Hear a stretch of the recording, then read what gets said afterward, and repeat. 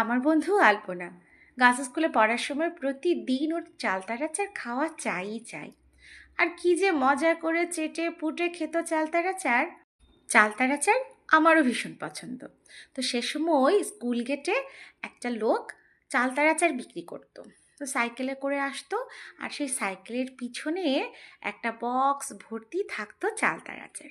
তো একটা চালতার আচারের দাম ছিল 1 টাকা।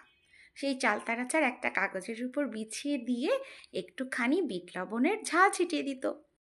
তো আমরা ভীষণ মজা করে খেতাম, আর প্রায় সবাই চালতার আচার ভীষণ পছন্দ করত।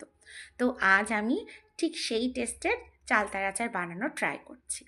তো চালতাগুলোকে লম্বা করে কেটে হলুদ লবণ পানি দিয়ে খুব ভালো করে সিদ্ধ করে ছেঁকে নিয়েছি। এরপর একটা প্যানে তেল গরম করে এতে পাঁচফোড়ন দিয়ে সিদ্ধ চালতাগুলো ঢেলে দিয়েছি। তারপরে হলুদ, লবণ, মরিচের গুঁড়া, ধনিয়া গুঁড়া, বিট লবণ আর সামান্য একটু চিনি দিয়ে খুব ভালো করে এভাবে থেতো করে করে নেড়ে নিয়েছি।